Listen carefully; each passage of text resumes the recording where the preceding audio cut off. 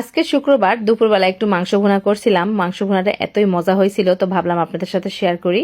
আসসালামু আলাইকুম, কেমন আছেন আপনারা সবাই? মাংস ভুনা রান্না করার জন্য এখানে আমি গরুর মাংস নিয়ে নিয়েছি 2 কেজির মতো। তারপরে এখানে পেঁয়াজ রসুন, তারপরে এখানে দিয়ে দিলাম আদা বাটা। আদা বাটার সাথে আমি একটু জয়ফল আর সাদা এলাচটাও বাইটে দিছি। তারপরে এখানে স্বাদ মতো লবণ দিয়ে দিলাম। আর এইভাবে খুবই সিম্পল ভাবে রান্না করতেছি, আর এত মজা হয়েছিল এই মাংস ভুনাটা। আমি ভাবছিলাম যে মাংস ভুনাটা বেশি একটা মজা হবে না, কারণ হচ্ছে রসুন গোটা দিছি, আবার হচ্ছে পেঁয়াজও অল্প একটু পরিমাণে দিছি। এই বাদ বাকি ঝাল মশলা সব ঠিকঠাক মতোই দিছি।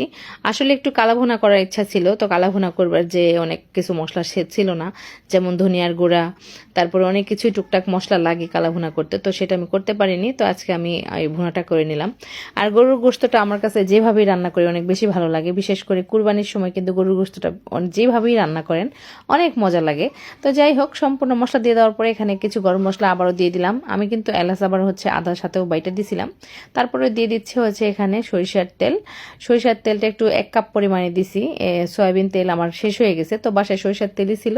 আসলে যখন যেটা হাতের কাছে থাকে সেটাই ব্যবহার করি, সরিষার তেল হোক কিংবা সয়াবিন তেল হোক। আবার অনেক সময় হচ্ছে শুকনা মরিচ থাকে না, আবার কাঁচামরিচ দিয়েও রান্না করি। সবভাবেই ভালো লাগে আলহামদুলিল্লাহ। তো আজকের এই রান্নাটা আমি খুবই সিম্পলভাবে করছি, খুবই কম মশলায় দিয়ে, এই যেভাবে সব মশলা দিয়ে মাখায় নিলাম ভালো করে 5 মিনিটের মতো মাখায় নিয়ে তারপর এটা আমি চুলায় বসায় দিব। এভাবে মাখায় নিয়ে যদি আমি 30 মিনিট রাখি এতে আর বেশি মজা হবে, কিন্তু আজকে আমার হাতে খুবই কম সময় ছিল, সময় বেশি ছিল না। তো যাই হোক, আমার মাখানো শেষ, চুলায় বসায় দিলাম। আর এই রান্নার সময় আমি এই গরুর মাংসতে একটু পানি দিব না, মানে এই যে হাতটা ধুয়ে 1 কাপ পরিমাণ পানি আমি দিছি, এর বেশি আর 1 ফোঁটাও পানি দিব না, এমনি রান্না হয়ে যাবে ইনশাআল্লাহ। আসলে গরুর গোশতের থেকেই পানি আসবে, আবার হচ্ছে 1 কাপ দিয়ে দিছি শুরুতেই, আর দেওয়া লাগবে না। এইভাবে রান্না করে মাঝে মাঝে আর শর্টকাট সময়ে গরুর গোশতটা যদি ভালো হয় ভালো, আলহামদুলিল্লাহ খুব তাড়াতাড়ি সেদ্ধ হয়ে যায়।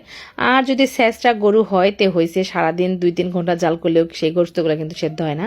তো এর মাঝখানে একবার হচ্ছে বলক আসার পরে আমি দেখেন কত পানি বের হয়েছে। তো গরুর মাংসটাই পানিতে আমার রান্না হয়ে যাবে, কারণ হচ্ছে আস্তে চুলার আঁচটা কমায় রাখবো, কমায় রাখলে খুব সুন্দরভাবে নরম হয়ে যাবে।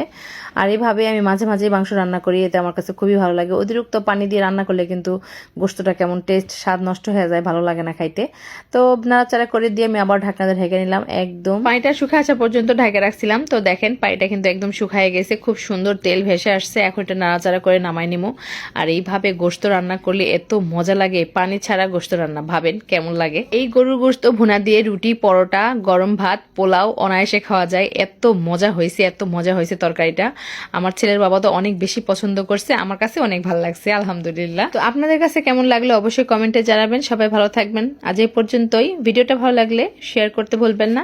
আল্লাহ হাফেজ।